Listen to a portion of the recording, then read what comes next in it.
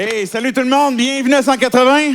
J'espère que vous allez bien. Bienvenue à cette continuité de la série que l'on a pour un ami. Si vous êtes bien ici, si vous êtes pour la première fois avec nous, je suis content de vous accueillir. Si vous êtes en ligne aussi, vous nous suivez peut-être pour une première fois, je suis content de vous accueillir.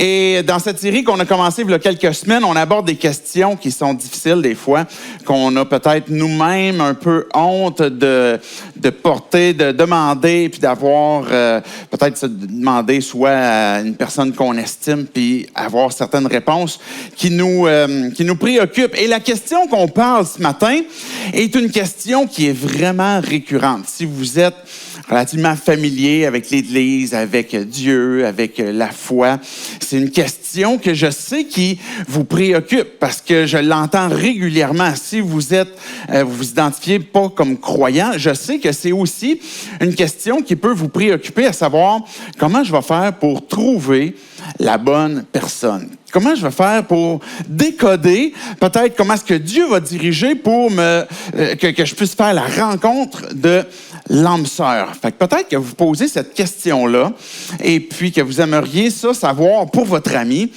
comment est-ce que vous allez décoder ou essayer de trouver la direction de Dieu pour une personne. Dans notre monde, aujourd'hui, dans notre société, on va percevoir probablement, en tout cas du moins, dépendamment de l'angle qu'on va le regarder, à l'extérieur de l'Église, à l'extérieur de la foi, quand on va aborder la question de couple, on va avoir certains paramètres, certaines façons de rechercher l'amour.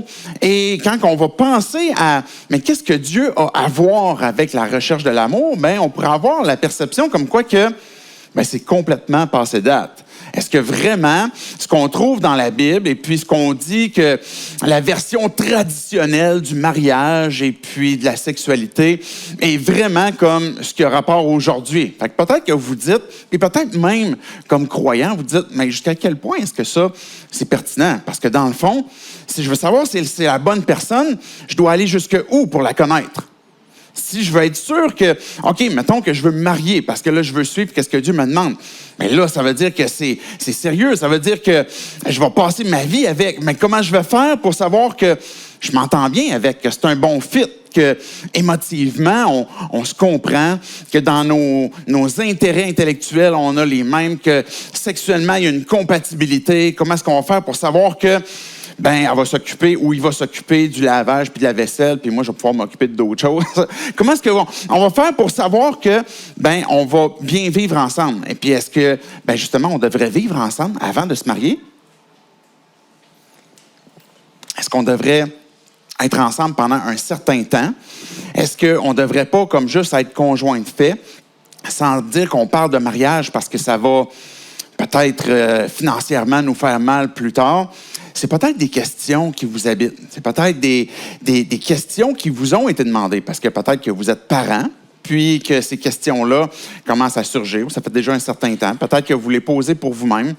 Et on n'a pas le choix que d'aborder cette question parce que ça fait partie du fond de nos tripes que de vouloir passer notre vie avec quelqu'un, que de vouloir être aimé puis que de pouvoir aimer. Et comment trouver justement cette personne-là? Fait que je vous explique le plan, que ce qu'on va voir ce matin dans le fond. Brièvement, on va définir ce qu'on entend dans notre question, comment est-ce que Dieu dirige pour trouver la bonne personne, mais on va définir c'est quoi diriger, qu'est-ce qu'on sous-entend par là, puis qu'est-ce qu'on entend par la bonne personne, la définition que l'on a dans notre jargon populaire. Ensuite, dans un deuxième temps, on va repérer les sources de confusion pour être capable de répondre à la question. Puis troisièmement, on va apporter des éléments de réponse, des applications concrètes pour reconnaître la direction divine, les moyens divins pour trouver justement cette direction-là. Donc voilà le plan. J'aimerais qu'on prie, qu'on puisse demander à Dieu qui va venir nous parler et puis que si on est à la recherche de découvrir Dieu, qu'est-ce qu'il dit en ce qui concerne les relations conjugales, mais qu'il puisse nous les révéler. Dieu, je veux te dire merci pour cette occasion qu'on a ce matin de pouvoir être ensemble ici sur place, si on est au quartier général, sur ceux qui sont en ligne, bénis-nous, Dieu, dirige-nous. Merci pour ce temps qu'on peut te questionner. Cette question, c'est à toi qu'on l'adresse. Comment est-ce que tu veux nous diriger pour trouver la personne avec qui tu veux qu'on passe notre vie? Je te demande, Dieu, de nous parler, de nous faire connaître ta volonté et que tu puisses transformer nos pensées, que tu puisses transformer nos cœurs pour qu'on puisse découvrir cette vérité que tu vas appliquer dans nos vies. Sans ton nom, Jésus compris. Amen. Amen. Premièrement, définition, qu'est-ce qu'on entend par la bonne personne? J'ai fait exprès tantôt d'employer l'expression dans l'introduction « âme sœur » parce que souvent, c'est ce que ça va évoquer. On va en voir dans notre compréhension de « je veux trouver la bonne personne », cette question de l'autre âme qui va comme venir me compléter et faire en sorte que là, je vais être dans le bonheur absolu. J'ai apporté une citation d'un article que j'ai trouvé intéressant. J'ai trouvé en anglais, je l'ai traduit. Fait que c'est un peu, peut-être on perd un peu avec la traduction, surtout si ça vient de moi, là. C'est comment trouver l'âme sœur. Ça dit, spirituellement parlant, et c'est intéressant parce que l'article n'était pas croyant, n'était pas chrétien ou d'une autre religion, là. Spirituellement parlant, il est dit qu'avant même votre naissance, le nom de votre moitié spirituelle a été déterminé. Chaque âme a un match parfait, votre âme sœur. Et là, il y avait une autre phrase un peu plus loin qui m'a accroché dans leur introduction. Une personne est incapable d'accomplir la mission dans la vie seule. Tout le monde a besoin de quelqu'un pour l'aider à devenir une meilleure personne. Ce n'est pas toujours une expérience heureuse. Dans cet article-là, comme dans notre compréhension populaire, on va être à la recherche de, comme ce que c'est dit, une personne comme si qui a été créée avant même notre naissance, puis qu'à quelque part, à un moment donné, dans la vie, on devrait la rencontrer et faire ce match-là. Et comment la découvrir? Comment la trouver? Je vais revenir sur le concept tantôt, sur le concept d'âme sœur, ce qu'on parle. Mais je voulais prendre le temps de définir comment est-ce que je comprenais dans la question, puis comment est-ce que la question m'est souvent abordée, comment est-ce qu'on fait pour trouver la bonne personne. Il est souvent sous-entendu cette notion de trouver l'autre personne qui va être le fit parfait. Quand on parle de diriger, comment est-ce que Dieu va me diriger pour découvrir qui est la bonne personne? Ça va être intimement lié à la volonté de Dieu. Puis ça, c'est intéressant parce que c'est une question qu'on a vue il y a quelques semaines quand on parlait, mais comment est-ce qu'on fait pour trouver la volonté de Dieu? Et j'ai ramené rapidement les trois aspects de la volonté de Dieu pour qu'on puisse l'avoir en tête quand on parle de chercher la direction de Dieu. Le premier aspect, on parle de volonté décrétive, les décrets de Dieu. Ça fait partie des volontés que Dieu a déterminées qui vont arriver, que tu le veuilles ou non. Jésus va revenir. Il va revenir. Et il n'y a personne qui peut changer ça. Il y a le jugement dernier, par exemple. C'est un décret, ça va arriver. On ne peut rien y changer. Dieu offre le salut pour tous les hommes, pour toute l'humanité, indépendamment du mal que vous avez fait. Il le donne par sa grâce. C'est un décret. Il n'y a pas personne qui ne peut pas obtenir la grâce de Dieu, même peu importe le mal que vous avez fait, mais ça fait partie du décret de Dieu. Dieu a choisi, et là c'est intéressant de retenir ça aussi dans notre contexte d'amour, Dieu a choisi de nous aimer d'un amour inconditionnel. Et ça, c'est un décret. L'amour que Dieu a pour nous ne changera pas. Il nous aime au point que le Père a donné son Fils unique pour toi, que Jésus a donné sa vie pour toi. Donc ça fait partie des choses que Dieu a décrétées qui vont arriver et qu'on ne peut rien y changer. Mais il y a un deuxième aspect dans la volonté qu'on parle, la volonté préceptive. Qu'est-ce que Dieu donne dans sa parole à l'égard de certains sujets, dont le sujet dont on parle ce matin, par exemple, les relations amoureuses, la fréquentation, le couple, le mariage. Qu'est-ce que Dieu dit sur ça? C'est quoi ses préceptes? C'est quoi les choses qui nous sont révélées, qui sont dans sa parole et qu'ils sont à notre portée, puis qu'on peut les lire et les découvrir, et puis finalement les appliquer à notre vie. C'est ce qu'on appelle les volontés préceptives. Par exemple, la façon de traiter nos enfants, la façon de traiter votre femme, la façon que vous allez demander votre pardon, la façon que vous allez offrir le pardon. Ça fait partie de la volonté de Dieu qui sont des préceptes. par exemple, comme dans Notre Père, pardonne-nous nos offenses comme nous pardonnons. Et Dieu est en train de nous montrer qu'il veut qu'on pardonne. Il est en train de nous montrer cette direction-là. Et il y a la volonté que j'ai appelée dans mes termes à moi, une volonté dynamique, qui est cet aspect de volonté qui va être une navigation entre ma volonté et la volonté de Dieu, et que ensemble, on va cheminer, nous ensemble et Dieu, on va cheminer dans la vie avec des volontés qui sont personnalisées, qui dépendamment de ce à quoi Dieu t'appelle. Il va te diriger vers un endroit, vers un emploi, vers une personne, vers différents choix que tu auras à prendre. Et ces choix-là, cette volonté-là, je l'appelle dynamique parce que elle va naviguer justement avec la tienne et celle de Dieu. Fais de l'Éternel tes délices et il te donnera ce que ton cœur désire. Donc, ça fait partie de la volonté de Dieu qu'ensemble, on marche et puis qu'on découvre ce que Dieu veut pour nos vies, puis qui finalement même nous accorde ce qu'on désire, quand que c'est conforme à sa volonté aussi.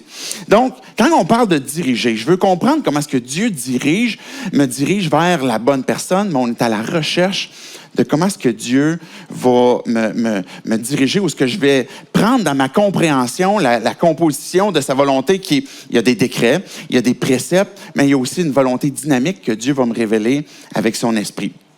Maintenant, pour découvrir la façon que Dieu va nous diriger vers vers la bonne personne, on a besoin de repérer les sources de confusion.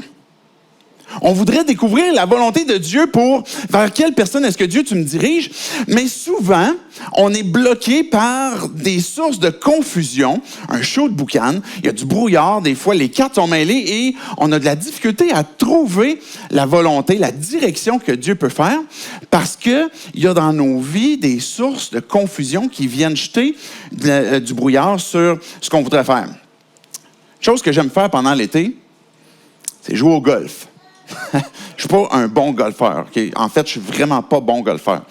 Mais, je ne sais pas si vous avez déjà joué, là, mais un des défis au golf, c'est le défi, en fait, c'est d'envoyer la balle dans le trou. Mais le plus difficile, c'est de l'envoyer en ligne droite. Il faut l'envoyer comme à bonne place. Puis la balle est grosse, elle est grosse comme ça à peu près. Là. Puis les bâtons ne sont pas énormes. Et là, dans le golf, moindrement la façon que tu vas bouger ton bâton un petit peu plus vers l'extérieur ou vers l'intérieur, ou tu plies ton coude, ou tu le déplies, ou tu tournes ta jambe un petit peu trop. Et là, les mini-mouvements qui deviennent parasites dans ton swing, en bon québécois, fait en sorte que ta balle ne va pas à bonne place. Dans le sport, que ce soit le golf, que ce soit le tennis, que ce soit que tu veux performer aux Olympiques, on va évaluer tes mouvements pour savoir quels sont les mouvements parasites qui viennent nuire à ce que tu veux faire comme il faut. Si tu veux courir d'une bonne façon, si tu veux frapper la balle d'une bonne façon, mais tout ce qui est parasite doit être enlevé pour être capable d'avoir un swing, pour être capable de faire un sport, pour être capable d'avoir le maximum de contrôle sur ce que tu veux faire comme activité. Vous me suivez? Quand on parle de repérer les sources de confusion, c'est la même chose sur le plan spirituel où on prend le temps de s'arrêter, de discerner, par exemple, quelle est la volonté de Dieu, ce qui est bon, agréable et parfait. Quand on peut parler de la volonté de Dieu, on a parlé de ces choses-là. Et quand on discerne la volonté de Dieu, on prend le temps d'observer au fait que ne vous conformez pas au siècle présent, mais soyez transformés par le renouvellement de l'intelligence. Quand on fait le choix de ne pas se conformer au siècle présent, on est en train de faire le travail. J'ai besoin de repérer ce qui, dans ma vie, peut être une source de confusion sur la recherche de ce que Dieu veut pour ma vie, puis me diriger vers la personne, par exemple, la bonne personne. Vous me suivez? Donc, c'est ça l'importance que de faire l'exercice. Mais quelles sont les sources de confusion?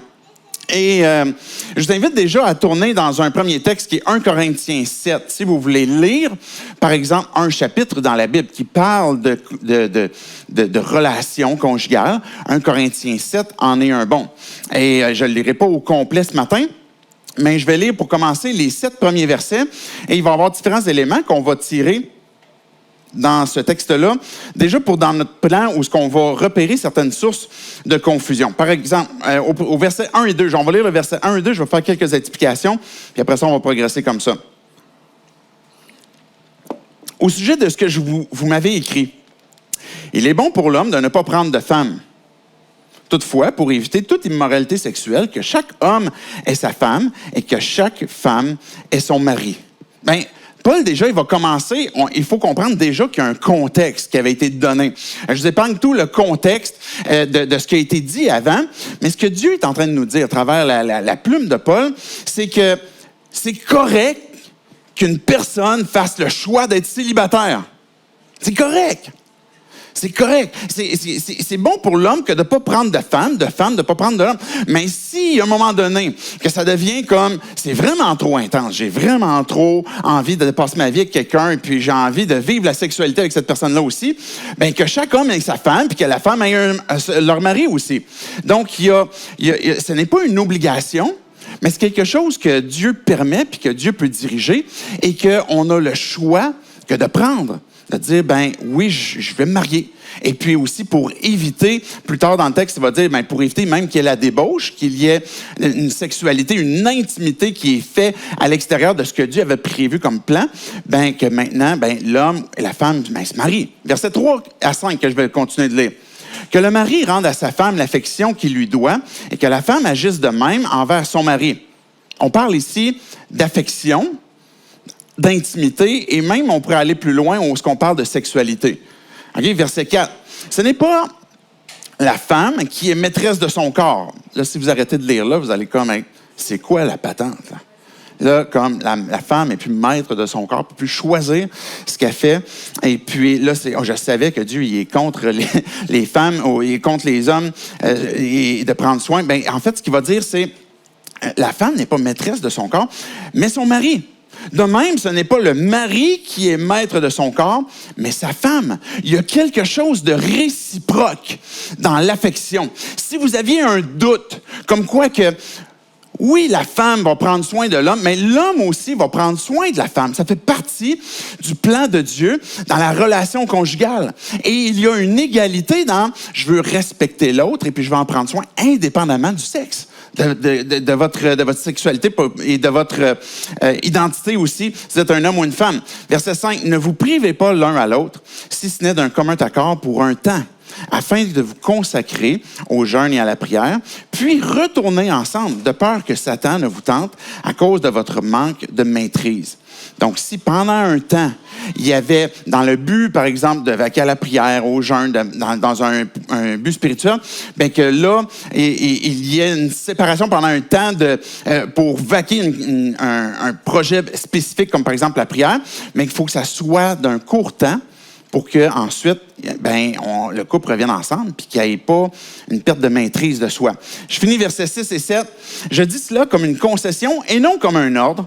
Je voudrais que tous soient comme moi, mais chacun tient de Dieu un don particulier, l'un d'une manière et l'autre d'une autre. » Maintenant,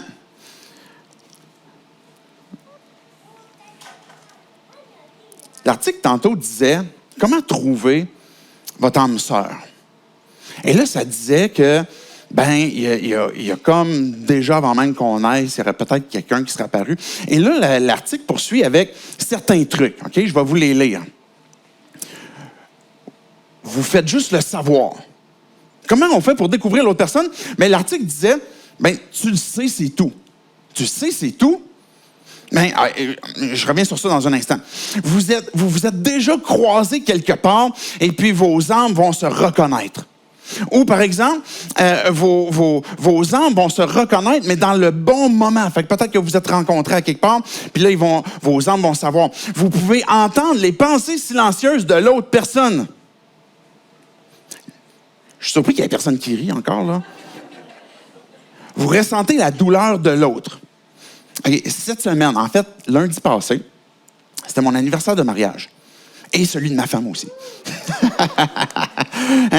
On a fait, c'était 24 ans. 24 ans de mariage. Et puis, oui, vous pouvez l'applaudir. Elle a vraiment beaucoup de patience avec moi. Mais moi, là, je vais être franc avec vous, OK? Puis c'est pas juste, je suis pas en train de prêcher mon expérience. C'est la parole que je veux prêcher. Mais j'ai quand même eu l'expérience de pouvoir passer 24 ans avec ma femme. Et puis, je peux vous promettre comme quoi que j'entends pas ce caressant. C'est clair. OK? J'entends pas toujours ses sentiments et ses détresses. Je sais pas toujours comment est-ce qu'elle va vivre les choses. Quand je l'ai rencontrée, c'était loin d'être la personne que je sais que c'est elle. Non, c'était pas le cas. Ça m'a pris des années avant de le savoir. Mais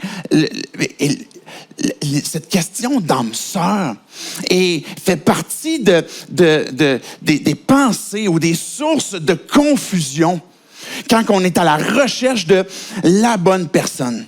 On est à la recherche de quelque chose qui n'existe pas, que Dieu n'a pas créé, et puis qu'on voudrait savoir, mais comment est-ce que Dieu va me diriger vers l'âme sœur? Et ce n'est pas le cas. Maintenant, est-ce que Dieu peut répondre à cette prière? Dieu, je veux que tu te diriges vers la personne que tu veux que je marie.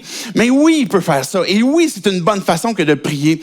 Mais maintenant, on n'est pas à la recherche de ce qu'on définissait tantôt, de c'est quoi l'âme sœur selon notre compréhension du monde aujourd'hui. Je vous ai lu le texte de 1 Corinthiens 7 pour montrer comme quoi que, ce que Dieu dit, c'est une bonne chose que d'être seul. C'est un choix que tu peux faire. Mais tu peux faire aussi le choix de te marier. Il y a quelque chose qui nous appartient dans ce choix-là et qu'on a besoin de discernement pour évaluer à savoir, quel choix que je veux faire. Je veux faire les bons choix vers lesquels Dieu veut me diriger. Et ça nous emmène quand on est à la recherche, par exemple, d'une âme sœur, qui n'est pas décrit, qui n'est pas expliqué, qui n'est pas défini par Dieu, on a peur de manquer la cible. Tout à coup que je marie la mauvaise personne qui n'était pas l'âme sœur. Et là, quand il arrive des difficultés, quand il arrive des problèmes, quand il arrive des moments où on s'entend pas, parce que ça nous est déjà arrivé dans notre couple, moi et ma femme, il y a des moments où on s'entend pas. Mais là, ça veut dire quoi? C'était pas l'âme sœur. C'était pas la personne qui était faite pour moi. Mais non, c'est pas ça. Mais tout au contraire, Dieu va nous montrer comment est-ce qu'il va nous conduire dans le mariage, comment est-ce qu'il va nous amener à respecter l'autre, à s'humilier, à aimer, à pardonner, à demander pardon, et puis à grandir ensemble pour qu'on puisse glorifier Dieu dans notre couple. Vous me suivez? C'est ça qu'on a besoin de se rappeler. Donc, une des sources de confusion, c'est de rechercher quelque chose qui n'existe pas comme l'âme sœur. De rechercher la volonté de Dieu pour la personne que je vais marier est une bonne chose, mais pas selon la définition de ce qu'on a lu tantôt dans l'article, par exemple. On pourrait aussi, une des sources de confusion, ça serait que d'avoir un motif qui est mauvais. Et encore là, on a besoin de discerner pour découvrir quel est le motif qui n'est pas le bon. On a souvent envie quand on parlait de la volonté de Dieu, de rechercher la volonté pour mon moi. Ce que moi, ça va venir me satisfaire. Quand on parle de relation conjugale, on pourrait avoir cette tendance aussi à vouloir chercher l'autre qui va venir me combler, qui va venir rencontrer mes besoins. Vous me suivez? Qui va venir faire ce que moi je désire. Et là, on est à la recherche du grand amour. On est à la recherche de l'amour éternel, de l'amour inconditionnel. Et la recherche de cet amour-là n'est pas une mauvaise chose. C'est une excellente chose que de vouloir rechercher l'amour parfait, l'amour éternel, l'amour avec un grand A, l'amour inconditionnel. Mais cet amour-là, c'est pas un homme, c'est pas une femme, c'est pas un humain qui va pouvoir te le donner. Mais c'est Dieu. Et la raison pour laquelle on est à la recherche de cet amour-là, c'est parce qu'on a été créé pour être aimé de Dieu. Apprécier cet amour-là, le reconnaître et découvrir en Dieu, en Jésus-Christ, que c'est celui qui est le Rédempteur pour satisfaire mon besoin d'un amour inconditionnel, infini, pour lequel lui est mort pour moi. Et des fois, dans une recherche de la bonne personne, on est à la recherche de quelqu'un qui va pouvoir m'offrir cet amour-là, se sacrifier pour moi, et on est déçu. On est blessé, on est désillusionné parce que finalement, on réalise que ça n'a pas répondu à mon besoin. Et c'est de ça qu'on parle quand on parle d'un mauvais motif. D'un mauvais motif. Par exemple, on pourrait avoir une autre source de confusion quand on veut rechercher vers où Dieu dirige, vers la bonne personne, que c'est peut-être juste pas le bon moment. C'est peut-être juste pas le bon moment. Un verset que j'aime beaucoup dans Cantique. Si vous avez jamais lu Cantique des Cantiques, ben, je vous encourage à le lire. Vous allez vous découvrir peut-être un aspect de Dieu que vous allez dire, je savais pas ça. C'est un livre qui parle de sexualité, qui va parler d'amour romantique, qui va parler de la passion qu'il y a entre un homme et une femme. Et puis, mais dans ce texte-là, il y a quand même un refrain qui revient régulièrement. Dans Cantique 2:7, je vous en supplie, filles de Jérusalem, par les gazelles et les biches des champs. Hein, ça peut pas être plus beau que ça. Si quelqu'un a déjà vu une biche des champs, une gazelle, et là, mais par les gazelles, les biches des champs, ne réveillez pas l'amour avant qu'elle ne le veuille. Il y a un moment que c'est peut-être pas le temps de rechercher l'amour. Et des fois, on est dans une source de confusion parce que on recherche quelque chose qui est peut-être pas le bon moment encore. Et que si je suis à la recherche de comment Dieu dirige vers la bonne personne, puis que je demande à Dieu, que je parle à Dieu, que je l'écoute, on va voir tantôt quelques applications pratico-pratiques, bien que Dieu va me pointer dans, bien c'est pas le bon moment tout de suite de rechercher l'amour. Peut-être que tu as d'autres choses à vivre. Peut-être qu'une des sources de confusion que tu as, ça va être, par exemple, une forte influence d'amis ou de la société. La façon qu'on aborde la relation conjugale. Avec qui? Comment? De quelle façon est-ce qu'on fait les choses? Je vous fais une citation de Tim Keller sur le mariage. C'est qu'il a écrit un excellent livre, justement, sur le mariage. Je vous encourage à aller le chercher, si vous voulez. Aujourd'hui, l'homme et la femme ne voient plus le mariage comme un moyen de développer leur caractère et la communauté, mais comme un moyen d'atteindre leurs objectifs personnels. C'est la façon qu'on voit le mariage et la relation aujourd'hui, selon ce qu'il est en train de dire. Ils recherchent tous un conjoint qui comblera leurs désirs émotionnels, spirituels et sexuels. Jamais une société dans l'histoire de l'humanité n'a été aussi idéaliste pour la recherche d'un conjoint.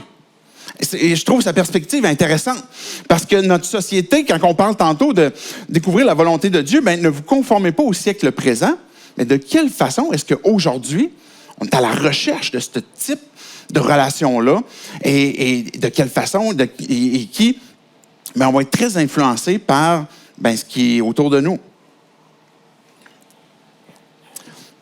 Ça pourrait être aussi peut-être une autre source de confusion qui serait un manque de foi. On va dire, c'est évident, c'est sûr, si je manque de foi, ça va m'amener dans la confusion. Mais ça se peut, comme on parlait tantôt, est-ce que c'est le bon moment? Mais si Dieu me le révèle, est-ce que je suis prêt à faire confiance à Dieu que ce que je vis présentement, mais je veux le vivre à plein, puis Dieu dirigera quand ça sera le temps. Par exemple, dans 1 Corinthiens 7, je poursuis la lecture, le verset 7, tantôt qu'on a lu. « Je voudrais que tous soient comme moi, mais chacun tient de Dieu un don particulier, l'un d'une manière, l'autre d'une autre. » C'est drôle parce qu'il parle dans le contexte de relations conjugales, de dons. OK, est-ce que tu as pigé dans le sac de dons, là? As-tu pigé le don de célibat? Puis tu te dis comme, ça doit être ça. Ça fait comme depuis toujours que je suis célibataire. J'ai jamais trouvé personne vraiment qui convient. Fait que peut-être que moi, mon don spirituel, c'est le célibat.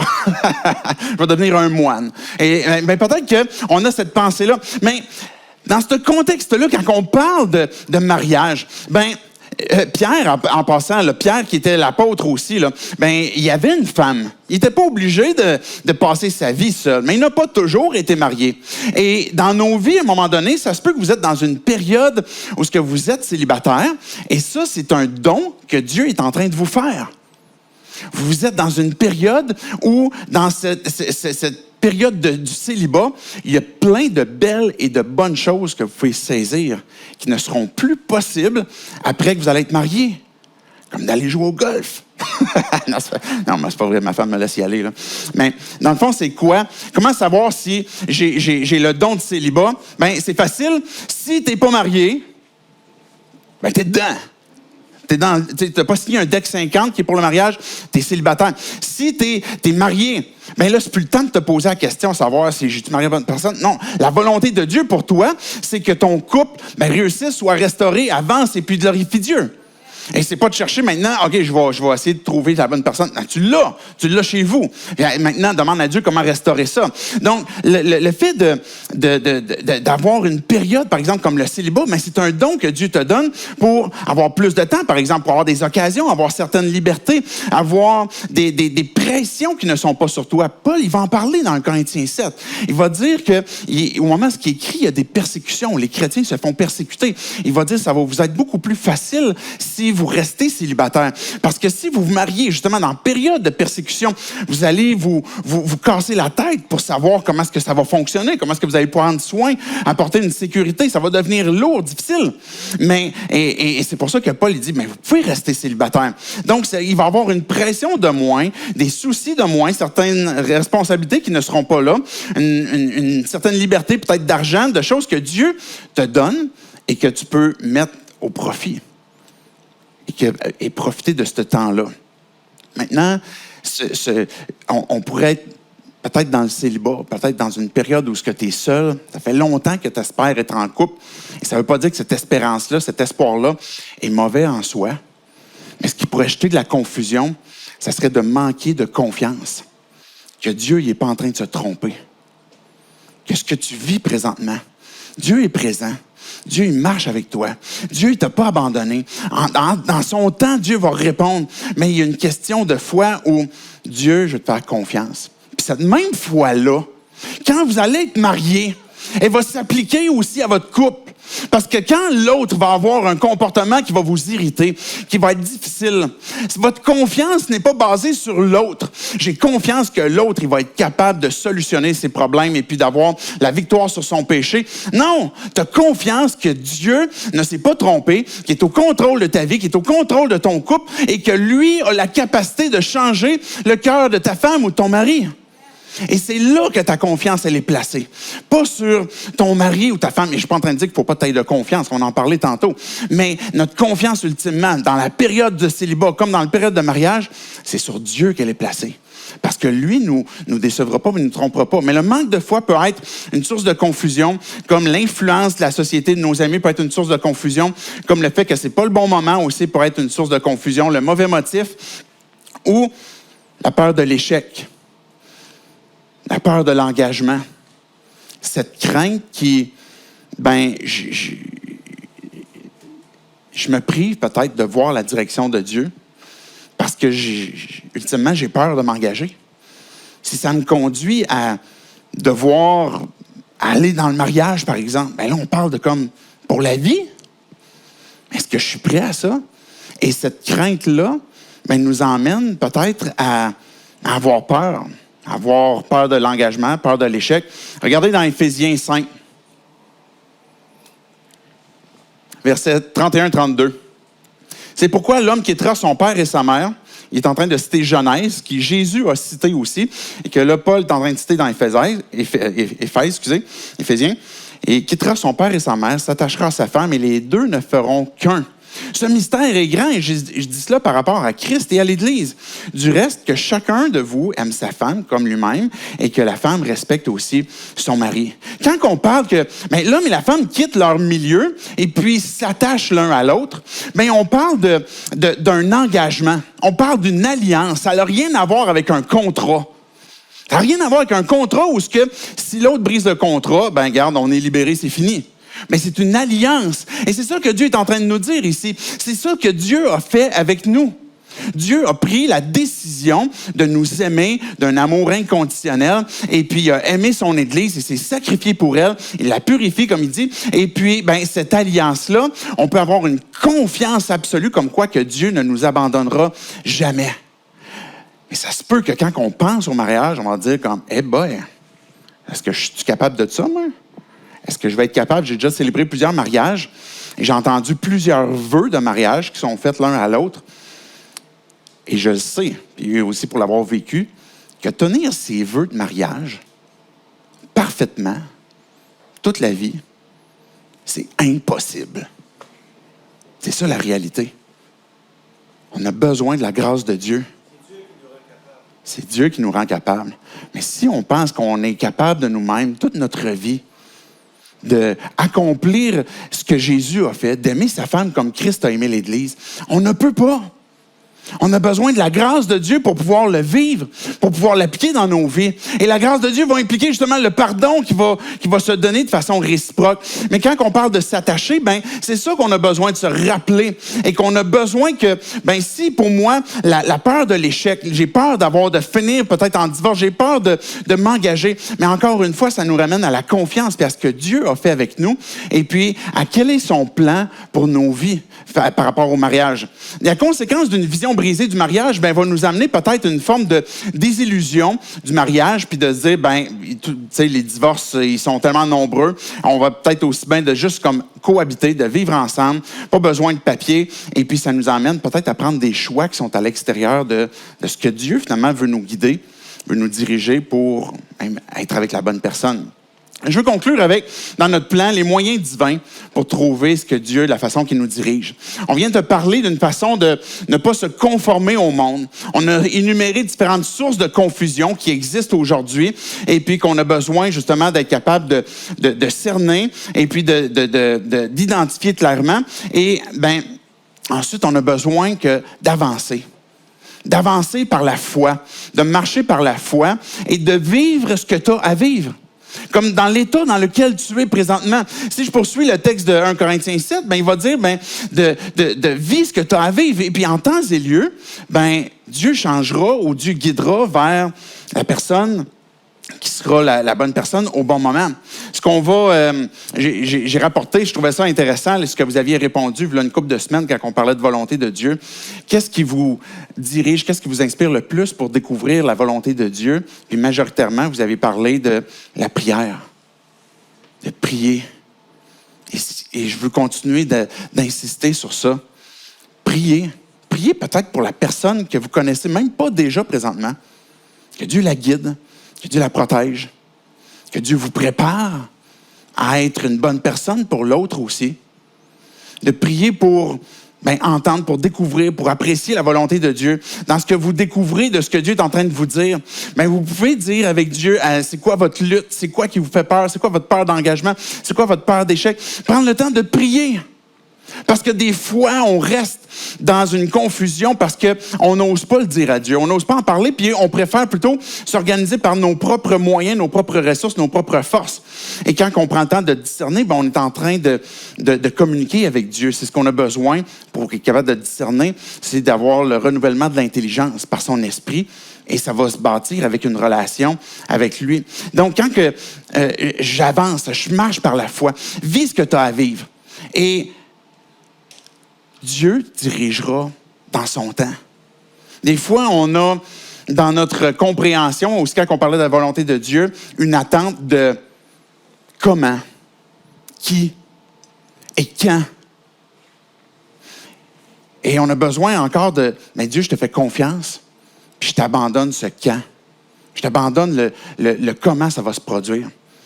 Et puis, je vais profiter de ce que tu me donnes maintenant.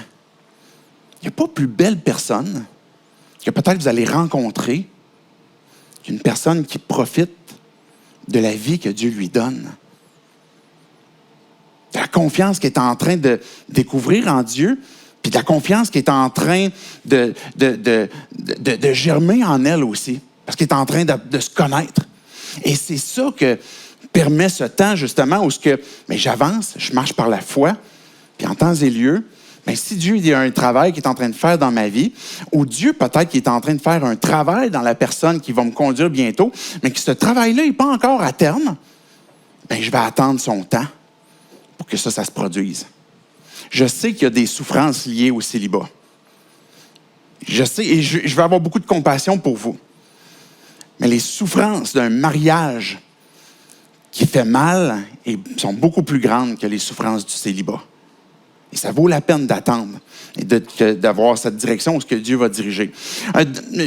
Une des applications concrètes pourrait être de développer avec l'autre La confiance, que si j'ai commencé à rencontrer une personne, mais est-ce qu'il y a une confiance qui peut se bâtir? On a lu tantôt dans Éphésiens 5 que l'homme et la femme, ils vont s'attacher ensemble. Il y a une confiance qui va se bâtir et qui est comme le cœur de ce qu'un couple a besoin pour que ça fonctionne. De la confiance. Ils vont s'attacher. Ils vont quitter leur cellule familiale. Ils vont quitter les influences, et c'est ce que ça sous-entend, l'influence parentale, l'influence de différents contextes pour former leur identité, leur union, leur cellule, et puis ils vont se bâtir dans cette cellule-là, dans la confiance. À un moment donné, je ne sais pas si vous avez profité de l'été, peut-être pour aller à la ronde, peut-être aller au glissade d'eau. Et puis, moi, je suis posé d'y aller bientôt, là. Et je me souviens déjà aller avec mes enfants, des fois, quand ils étaient petits. Et moi, comme parent, je profitais pas vraiment de cette journée-là, que ce soit à la ronde, que ce soit au glissade d'eau, parce que j'étais toujours un peu craintif que mes enfants soient en sécurité. Et je me souviens d'une glissade d'eau, je me souviens l'avoir déjà mentionné, où on descendait d'un espèce, on était une giga-trip, là, puis on descendait, puis ça descendait vraiment vite, puis je me disais, puis j'étais avec ma fille juste à côté, puis elle avait, je me souviens plus quel âge, là, peut-être, je sais pas, 5 ans, 6 ans, je sais pas. Et puis là, je me disais, elle va mourir là, c'est certain. Et là, j'embarque, puis je suis comme, ben je vais la tenir, je vais essayer de la retenir, puis là, on se met à descendre, puis là, je suis comme, écoute, je suis tout stressé, là, je suis tendu, j'essaie de la tenir du mieux que je peux. Et puis finalement, on descend, puis ça va bien, puis on revient, puis là, hey, c'était vraiment le fun, finalement. On repart à courir les deux ensemble, puis on rembarque, puis toute la famille, puis on rembarque. Et là, tout d'un coup, la troisième descente, la quatrième descente, et c'était plus pareil pantoute. Parce que là, il y avait une confiance que, mais je sais, ça va bien, là, il n'y en a pas de danger, et là, je peux en profiter. Et là, tout d'un coup, il y avait du plaisir de pouvoir être ensemble. Mais la confiance qui se bâtit avec une personne, ben, va être semblable ou similaire à ça. Ben, où on a besoin que je peux te faire confiance parce qu'on est en train de bâtir quelque chose qu'on va s'attacher ensemble, on va faire une alliance. Et quand la confiance est là, bien là, on va pouvoir vivre ensemble des événements, peut-être qui vont nous faire peur un peu, peut-être qui vont être agréables, mais qui vont être beaucoup plus faciles parce qu'on va avoir une confiance l'un sur l'autre. Déjà, c'est quelque chose que si tu sens que Dieu est en train de te diriger vers une personne, est-ce que cette confiance-là, elle est possible? Est-ce qu'il y a des valeurs que vous partagez? Cet élément-là est extrêmement important. Par exemple, la notion de foi. Est-ce que tu partages avec l'autre personne? Bien, dans 1 Corinthiens 7, qu'il y avait dans le texte tantôt, bien, un peu plus loin, on aurait vu que, bien, si la femme, par exemple, veut se remarier, mais que ce soit dans le Seigneur. Si l'homme veut se marier, que ce soit dans le Seigneur. Cette expression où on est en train de partager la même foi. Où on va pouvoir se soutenir ensemble aussi mutuellement dans notre foi, mais aussi, c'est pas juste une question dans la valeur qui concerne la foi, mais aussi des valeurs pour que le couple fonctionne, des valeurs de respect, des valeurs d'égalité, des valeurs d'amour, de pardon. Cette mentalité, peut-être que vous auriez encore peut-être envie d'associer à l'Église comme quoi que l'homme doit dominer puis écraser sa femme, n'est pas biblique. Dieu est clair. Jésus il est mort pour l'humanité. Les hommes, les femmes, les enfants. Il n'a pas attribué un rôle à un homme de dominer ou d'écraser. C'est la conséquence du péché, la domination. Et ce n'est pas la volonté de Dieu. Maintenant, cette valeur justement de respect, d'égalité, d'amour, de pardon, mais aussi, quand je parle de valeur, c'est à savoir, mais est-ce que tu connais toi-même tes propres valeurs? Il y a peut-être des choses qui pour toi sont importantes. C'est important pour moi le travail. C'est important pour moi, par exemple, de prendre soin. C'est important pour moi, par exemple, de prendre soin de la nature. C'est important pour moi de passer du temps avec mes proches, avec de la famille, avec des amis. Mais ça fait partie des valeurs. Et l'autre avec lequel Dieu va te diriger, je suis à peu près 100% certain qu'il va avoir des valeurs. Ça ne veut pas dire qu'il ne sera pas d'accord, mais il va avoir des valeurs différentes des tiennes. Et quand on parle d'une relation où il y a un engagement, un mariage, mais on est en train de dire, je reconnais c'est quoi qui est important pour toi et je vais te soutenir dans ça. et que l'autre, il comprend c'est quoi qui est important pour moi et qui va me soutenir dans ça. Plutôt que d'avoir une guerre de valeurs où les miens sont plus importants que les tiens, mais on est plutôt en train de bâtir ensemble un soutien, un amour, justement un respect où on encourage ce qui est important pour l'autre. Dans un mariage, il n'y a pas un effacement de vos personnalités, de vos valeurs, de qui vous êtes. Dieu vous a créé d'une façon personnelle, spécifique. Et dans le mariage, vous allez faire un, mais vous êtes quand même deux personnes que Dieu a créées et qui vous allez rester aussi qui vous êtes.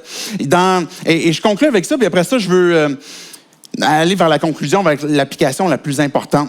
Mais quand Dieu peut-être est en train de vous diriger vers la personne, il y a à bâtir aussi l'exclusivité, l'intimité, l'attirance. Ce sont des choses qui sont importantes à garder, à maintenir, ou je ne sais pas si c'est si vieux jeu que ça, là, mais moi je suis convaincu qu'un couple ne peut pas survivre s'il n'y a pas d'exclusivité, en pensée ou en parole, évidemment en action. Et ça exclut aussi le flirt, mais que vraiment qu'il y ait une intimité qui est bâtie avec la personne avec laquelle tu veux voir est-ce que Dieu est en train de te diriger vers cette personne-là. Et que ça doit nécessairement être quelque chose sur lequel, puis justement, qui va bâtir la confiance, qui va pouvoir bâtir l'intimité. Ça nous emmène à écouter.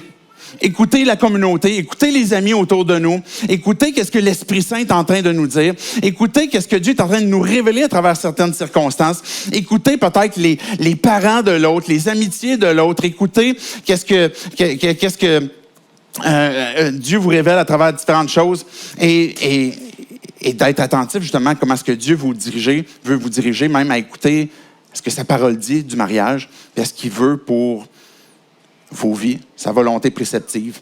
Ultimement, je termine avec ça.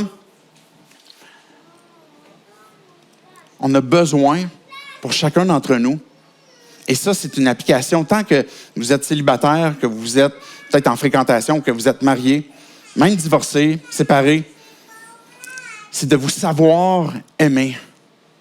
J'en ai parlé tantôt au tout début. On est à la recherche, consciemment ou inconsciemment, d'un amour parfait, inconditionnel.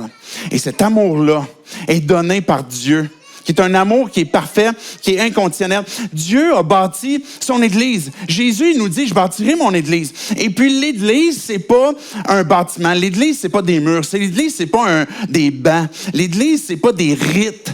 L'Église, c'est des gens. La raison pour laquelle j'insiste sur ça, c'est qu'on a lu tantôt dans Éphésiens que Christ est mort pour son Église. Il n'est pas mort pour un bâtiment. Il n'est pas mort pour des bancs. Il n'est pas mort pour des rites.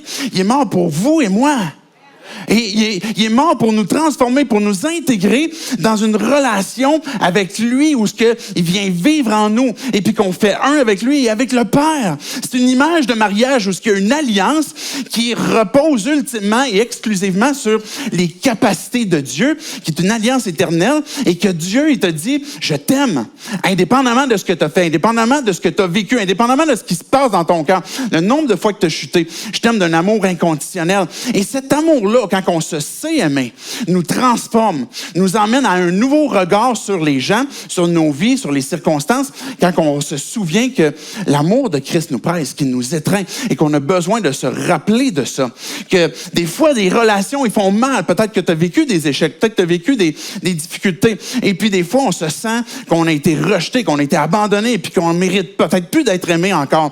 Et c'est faux parce que Dieu, il t'aime d'un amour inconditionnel. Et quand tu te rappelles de ça, ça va changer ta façon de te voir. Ça va changer la façon de voir aussi l'autre personne. Christ est mort pour son Église, qui sont des personnes pour nous transformer, pour nous rendre semblables à lui. Dieu il est amour, il est fidèle. Et quand que je suis en train de me souvenir que Dieu jamais il va m'abandonner, que son pardon est absolu, que son engagement avec moi ne changera jamais. Mais ça va m'amener à prendre aussi la décision de « Mais Dieu, je veux t'aimer. Je veux que ma vie t'appartienne.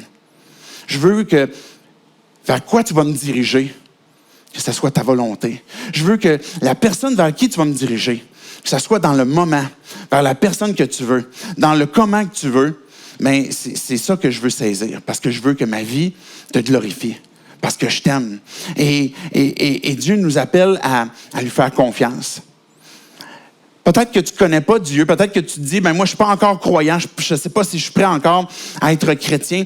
Mais la première chose que je veux t'inviter ce matin, c'est à te savoir aimer, à croire. C'est un premier pas que je veux t'inviter à croire. C'est que Dieu, il t'aime. Je veux vous inviter aussi que si vous avez pris une décision de suivre Christ, que vous êtes son enfant, à prendre une décision de le suivre, de faire sa volonté. Je vais attendre le temps que tu veux, Dieu. Je vais te confier mes peines, mes souffrances, peut-être mes échecs, à prendre une décision avant même de commencer une fréquentation. De quelle façon est-ce que tu veux l'aborder, cette fréquentation-là? Quelles sont les décisions que tu veux prendre, que tu veux voir s'accomplir, mais que tu ne veux pas franchir aussi peut-être certains autres aspects? De déjà prendre certaines décisions. Peut-être de reconnaître là où il y a des sources peut-être de confusion. Peut-être qu'il y a un choix à prendre à je ne veux pas me conformer au siècle présent. Il y a peut-être des applications de mon cell que je vais déliter. Peut-être des façons de faire que je ne veux plus faire. Et il y a peut-être des circonstances que je reconnais qui sont dangereuses pour ma marche avec Dieu.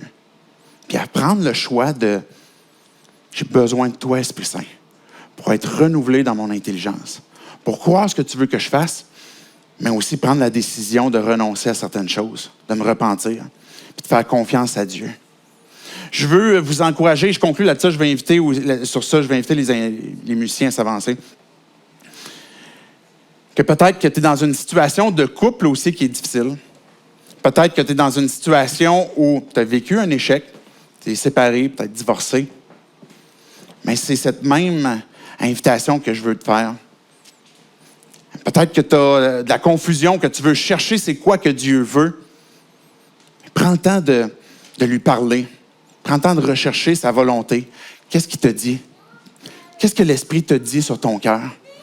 Qu'est-ce que tu as à faire présentement, puis à avancer par la foi dans les choses que Dieu te demande d'attendre, puis de lui faire confiance. Et de prendre la décision de dire, Dieu, je veux te glorifier. Je veux t'honorer. C'est toi que je veux suivre. Parce que tu m'as aimé. Parce que ton amour pour moi n'a pas changé. Et puis, je veux me rappeler de cet amour-là que tu as pour moi.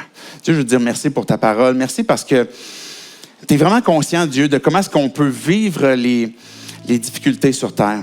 On parlait, Dieu, de Jésus, de comment est-ce que tu as été tenté. Tu as été tenté en toutes choses. On parlait de ça il y a une couple de semaines. Et que tu es celui qui nous comprend. On voudrait être dans une situation idéale où on n'a jamais eu d'échec, qu'on n'a jamais fait de mauvais choix, qu'on est en train de vivre l'amour idéal. Et puis Dieu, en fait, il n'y a pas grand monde d'entre nous qui peut dire « Oui, je suis dans cette situation-là ». Mais je sais que tu restaures les vies. Je sais que tu nous conduis vers ce que tu veux pour le mieux pour nos vies. Je te prie pour chaque personne ici ce matin qui sont peut-être à la recherche ou qui se posent cette question de comment est-ce que tu vas les guider vers la bonne personne, mais que tu puisses les encourager, que tu puisses faire susciter la foi, que tu puisses renouveler leur intelligence, les aider à prendre des décisions qui sont importantes pour leur vie, pour te glorifier, pour t'honorer. Et Dieu, je te prie aussi pour ceux qui sont peut-être dans un échec ou peut-être qu'ils y ont honte, peut-être qu'ils sont attristés, qu'il y a des souffrances à cause d'un mariage brisé, d'un couple qui bat de l'aile. Je te prie pour eux que tu puisses restaurer. Que ces couples qui ne sont pas encore brisés, que tu puisses apporter ta paix, ton repos, la restauration, que tu puisses apporter la vie, Seigneur Jésus, que tu puisses rappeler comment est-ce que tu es souverain et comment est-ce que toi, tu peux transformer les cœurs, faire dissiper la honte et puis restaurer. C'est en ton nom, Jésus, que je prie ces choses. Amen.